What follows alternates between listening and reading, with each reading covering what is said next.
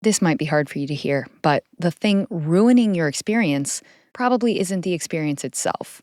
It's the amount of energy you're feeding the 5% of your experience. You can focus on that 5% so intensely that 95% of your energy is feeding it.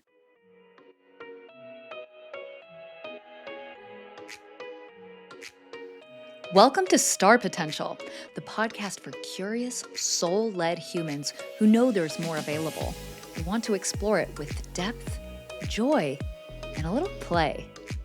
Here, we talk about reclaiming your authentic voice, shedding old identities, and expanding into who you're becoming without taking yourself too seriously.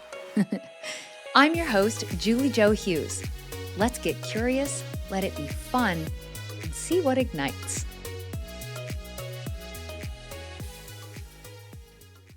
My husband and I just returned from an absolute dream of a trip, a few days spent in a luxury remote resort in Hawaii. And this episode is all about how energy goes where your focus is. On this show, you get an abundance of metaphors from the stage, how all the world's a stage, and a lot of my metaphors for you come from things that I've learned from spending a significant amount of my time on stage in front of crowds.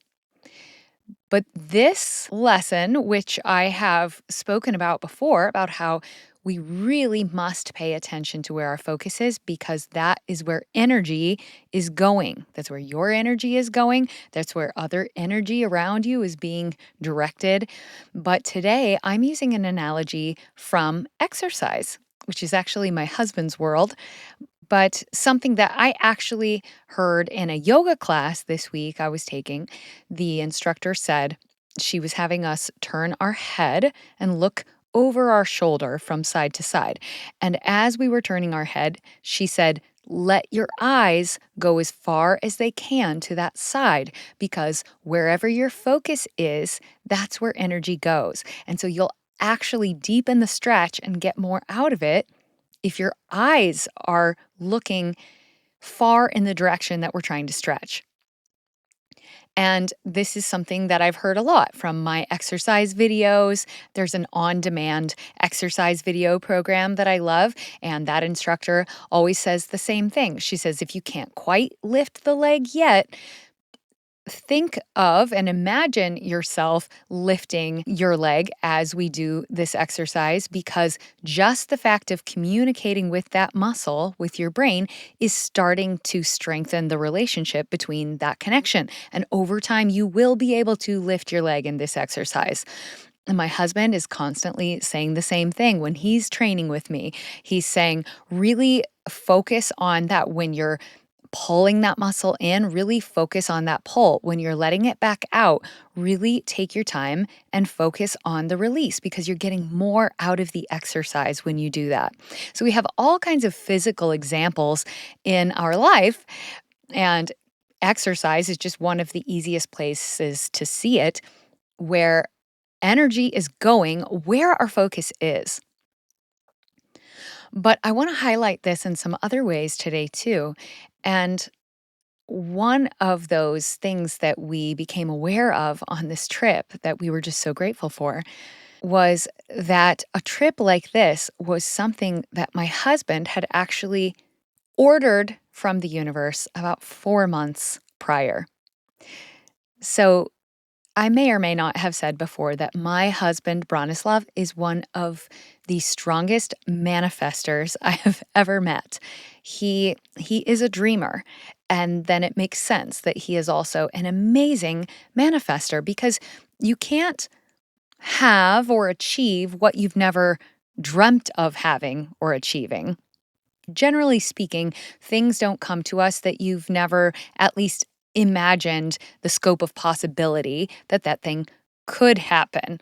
If you look back at the things you've done in your life or the kinds of jobs you've had and things, chances are at some point you imagined that as a possibility first before it actually came into being. Now, I love miracles and I love when life surprises me with things that I never saw coming. But also, if I were to really trace it back, I could probably see how, in one manner or another, even the things that happened in my life that were a surprise to me, it's not the first time that a thought of something like that happened had ever occurred. Okay. And if you start to do this for yourself, I think you'll find the same thing. Well, about 4 months ago, my husband and I were going through an exercise through a program that we were following. And in this exercise, one of the things that you were to list and to think about were experiences that you would desire to have in your life. And so, as we're thinking about this and dreaming about some experiences that we would like to have in the scope of our lifetime, my husband wrote down, and I remember him sharing with me at the time, I would like to experience luxury hotels all over the world. Now, he didn't say, I would love to own a giant estate in Spain, or he didn't say, I would love to have a job that could afford me being able to travel to all these different places. What he specifically said, and he and I both remember this, was that he said, I would really like to experience staying in luxury hotels all over the world. Well, last week, we just happened to find ourselves on one of those experiences.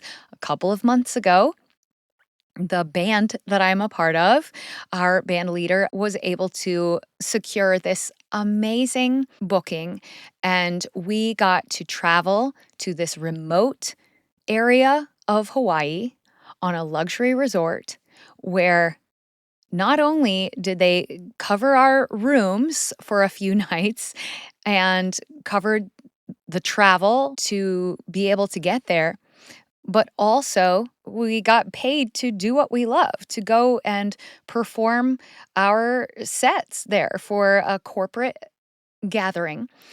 And because I had my own private room, we bought an extra ticket and my husband came with me on this trip. I said, hey, do you want to go to Hawaii with me for a couple days? We're going to stay in this private resort. So now the trip is happening and we're on this trip together. And as we're sitting in the jacuzzi one morning, he turns to me and says, this is what I ordered. I said that I wanted to experience staying in luxury hotels. Look at us. This is what we're doing. And I said, oh, you're right. I remember that. You did order that. Like, I remember that was just a few months ago. And even though we see this sort of thing a lot in our relationship because we are understanding more and more how the energetics of the universe are working. We have more and more evidence that when you can keep your intentions clean and direct, you see less and less time and distance between placing that intention and seeing it come to fruition. It really is amazing. And we have also seen that when we are not specific, that sometimes things do come to us and we're like, I've spoken about this on the podcast before. I said I wished I had more time with the kids. I was not specific about how that was to happen. And sometimes the kids get sick for 2 weeks and, we're spending a lot of time together. Technically, this is what I ordered. This wasn't how I would have done it. And we learn to get a little cleaner, a little more specific with our intentions because wherever our focus is, that's where energy goes.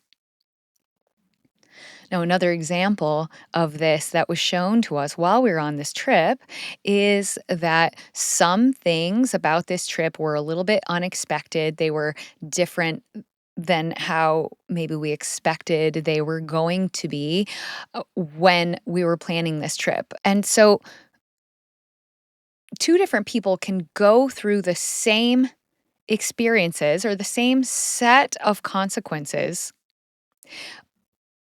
but place their energy within those experiences very differently.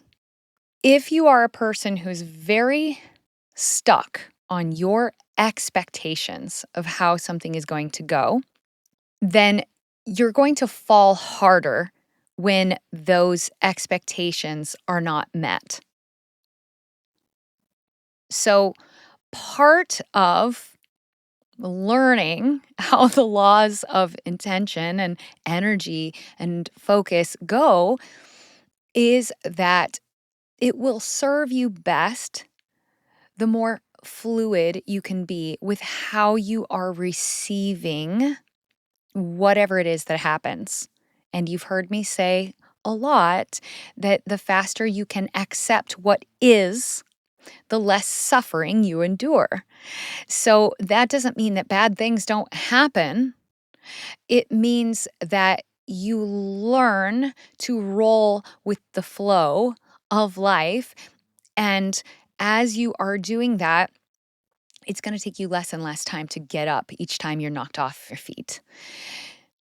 So when we are really attached to a certain outcome or to a certain expectation that we have in a situation, and then inevitably things happen that aren't the way you envisioned, they aren't the way that you expected, it's your resistance to the difference in those actual happenings that's causing you the suffering.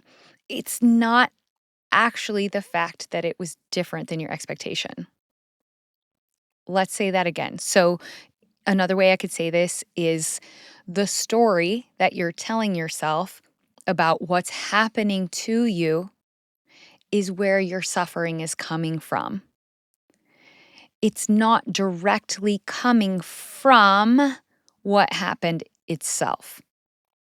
And the quicker that you can embody that and understand that on a deeper level, the quicker you'll be able to start accepting things, to looking at the experiences that you have in your life with a little bit wider lens, a wider perception. If you're so zeroed in on how you wanted it to go, how you expected it to go, you're not making it more likely to go your way. You're just making yourself more likely to suffer when it inevitably doesn't go exactly the way that you envisioned. So there were some things that happened on this trip that threw us all, everyone involved, for a little bit of a loop. But those of us who were able to say, ah, okay, that's not what I expected, but how can we pivot here and make the most of the different circumstances that we have now? We still had this experience that it was the most amazing few days that we wouldn't have ever had, probably, this chance to stay in this luxury resort had it not been for these circumstances. And so anything that didn't quite align with how we were expecting, we could say, that's all right. I guess I was expecting this and it's going this way, but that's okay because I actually discovered this silver lining in it. And now look around. I'm here in this beautiful location. And if I want to spend my energy being upset that this one thing didn't go the way that I had thought it was going to go, then I actually, which is like, we'll call that the 5%, I'm actually missing out on the 95% over here, which is this amazing opportunity to experience a slice of paradise that I'm getting paid to be here for. I mean, how silly to let go of what could be an amazing opportunity because you're choosing to focus on this 5% here. But how often do we do this in our lives? We miss out on the experience of what could be full of beauty, gratitude, and new experience only because it didn't fit into the scope of what we had planned for our expectation, the limits of what we thought were how things were going to go. And so instead, if we get focused on that 5%, then our experience of that same event becomes, well, it could have been nice, but this happened, this happened, this happened. And so the trip was awful. I would never have done that again. I wish I wouldn't have done that. You see, it changes entirely our experience of the exact same event. So, with any occurrence in your life, you actually have this beautiful free will and beautiful opportunity to choose what it is you want to focus on. Do you want to focus on that 5%? Do you want to focus on the 95? Because whatever you do choose to focus on, that becomes where 95% of your energy is going. So you can choose to focus on this 5% that didn't meet your expectation, but now 95% of your energy is going into that 5%. Do you see how that works? This morning, I ran into a friend that I used to spend more time with in a different chapter of our lives. And for various reasons, we don't see each other as often anymore. And as we were catching up, this friend is telling me about what's going on right now in her life. And it was just a different version of the same stories that were happening 5 years ago. And in these scenarios, this person is never to blame for any of the decisions that this person makes.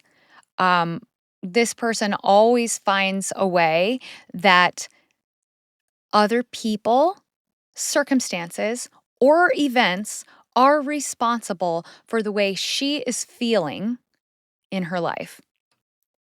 Now, at the end of the day, it doesn't really matter for this person what those events are that are happening because the mindset is the same, that things are happening to me. uh, it's not my fault. Any actions that I took that could be viewed as not good choices were placed upon me, or I was cornered into a situation to where I had to make that decision. This person doesn't ever take personal responsibility for the choices that this person is making in their life. And it was just interesting to kind of be absent from that energy for a while and then to come back and to see that things really have only escalated, but it's the same stories that this person has been telling their self for the past decade. Now they're just bigger problems. When we're not willing to look in the mirror and see what's the common thread here in all of these areas where I feel like I'm a victim, what is the common thread that is coming from me and where I'm placing my energy? This could also be viewed not just from a self improvement lens. This could also be viewed from a growth lens. You could choose to look back at maybe the past couple years or even the past decade, maybe even just the last few months in your life and say, what are the amazing experiences or the experiences that I had that I perceived as really good and having a really good feeling about or making me feel really grateful. And if you analyze those experiences and you ask, what is the common thread in all of these things? What you'll find is that the common thread is you and wherever you're choosing to place your focus. It really comes back to that always. If you're having patterns in your relationships, turn around. Look at what's the common thread of you that is present in all of those relationships. If it's a pattern you're having in your career, that maybe it's the same story with various players each time, but it kind of ends the same way every time. What's the common thread there? What's the common denominator that's emanating from you? What can you discover? I love doing pattern work on myself. I love journaling and looking back and suddenly seeing something clear as day and saying, oh my gosh, yes, I didn't realize that I have this reaction whenever XYZ happens, and it always leads to this. For me, that is empowering to be able to see something like that clearly and go, okay, well, now that I'm aware of it, that gives me more power to be able to look at how I might want to shift my focus going forward. If I'm always feeling a little bit empty when these big experiences happen, perhaps it's that I haven't been taking the time to truly find the gratitude in those experiences. That's one example. So, my challenge to you today is this.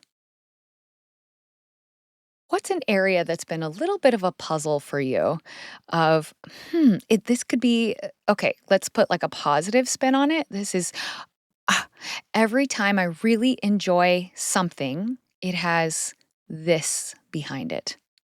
Or you can come at it from the shadow side and say, what's something that's puzzling me about why do I always seem to have this problem? Could be in career, relationships, sticking to positive habits. What is the common thread there that you can discover from the pattern? Because if you're discovering this common thread and you're letting that discovery feel overwhelming to you, notice that that's where you're putting your focus. You're focusing on, oh my gosh, now I can see that I've been the cause of this each time. Yeah, that's a choice. You can choose to put your focus there. But then remember, that's where your energy is going to go. So, with the awareness of that, you could also decide once I discover the root of this pattern, which is me, I am going to be empowered with that knowledge and say, thank you. Hallelujah. Now I can actually make a conscious choice going forward when a similar situation presents itself that I am going to focus my energy differently because that is my choice. And when I focus my energy where I want it to go, that's where energy flows. And where the energy is flowing, that's where things are growing. So, do you want to grow in your problems?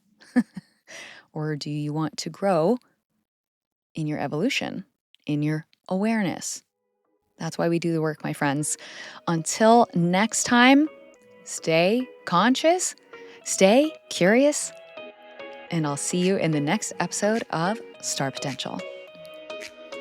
If something in this episode lit you up or sparked a little curiosity, you might be in the middle of a soul shift of your own. I created a free quiz called Are You in a Soul Shift? To help you explore where you are and what's opening next. Just go to juliejohughes.com/quiz or find the link in the show notes. And if you're enjoying the show, would you please leave a quick rating or review? It helps create a ripple to reach other curious souls. Until next time, stay curious and let yourself play.